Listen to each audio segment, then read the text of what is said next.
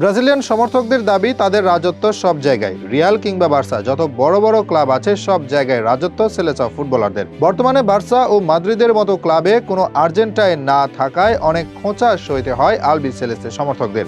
অথচ বাস্তবতা হচ্ছে রিয়াল মাদ্রিদ ও বার্সার মতো ইতিহাসের দুই সেরা ক্লাবের যে সেরা খেলোয়াড় তাদের দুজনেরই জন্ম আর্জেন্টিনাতে। এমনকি বর্তমান সময়ে যে সেরা ক্লাব ম্যানচেস্টার সিটি, সেখানকার ইতিহাসের সেরা খেলোয়াড়ও সার্জিও আগুয়েরো। শ্রেষ্ঠত্বের মুকুট সব তাদেরই মাথায়। ব্রাজিলিয়ান সমর্থকেরাও জানেন তাদের কোনো খেলোয়াড় এই দুই ক্লাবের শ্রেষ্ঠ না।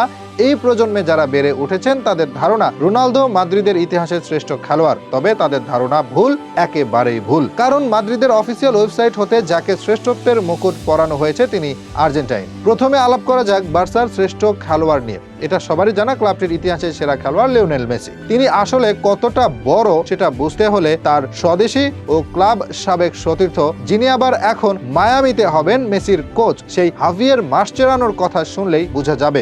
একবার তিনি বলেন, কোনো খেলোয়াড় ক্লাবের চেয়ে বড় না, তবে মেসির ব্যাপার আলাদা, সে ক্লাবের চেয়েও বড়। কথাটা মন্দ না। মেসির আগে বার্সা চ্যাম্পিয়ন্স লিগ জিতেছিল একবার, তিনি এসে জিতিয়েছেন আরো 4 বার। তার আগে ক্লাবের 105 বছরের ইতিহাসে জিতেছিল 7টি শিরোপা। মেসি এসে জিতিয়েছেন 17 বছরে 35টি শিরোপা। তার অভিষেকের আগে মাদ্রিদের ছিল বেশি শিরোপা। তিনি যখন ক্লাব ছাড়েন তখন সবচেয়ে বেশি শিরোপার মালিক হয় কাতালান ক্লাবটি। যদিও পরে আবার মাদ্রিদ ছাড়িয়ে যায় বার্সাকে। এদিকে কাতালান ক্লাবটির হয়ে সবচেয়ে বেশি শিরোপা, ম্যাচ, গোল, অ্যাসিস্ট সবকিছুই তার নামে।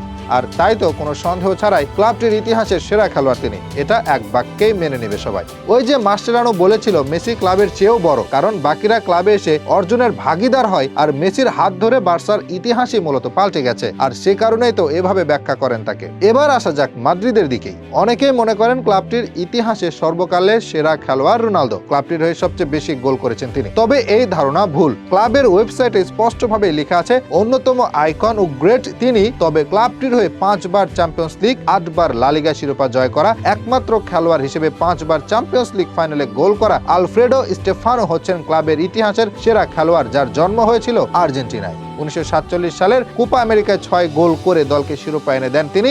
রিয়াল মাদ্রিদের ওয়েবসাইটে তাকে ক্লাবটির ইতিহাসের সর্বকালের সেরা খেলোয়াড় হিসেবেই দাবি করা হয়েছে। ফুটবল ইতিহাসের সেরা দুটি ক্লাব, দুই ক্লাবের সেরা খেলোয়াড়ই আর্জেন্টাইন। তবে ব্রাজিলিয়ানদের অবস্থান আসলে কোথায়? শুধু বার্সা বা মাদ্রিদ নয়, ইউরোপের কোনো ঐতিহাসিক বড় ক্লাবেরই সেরা খেলোয়াড় নেই ব্রাজিলের।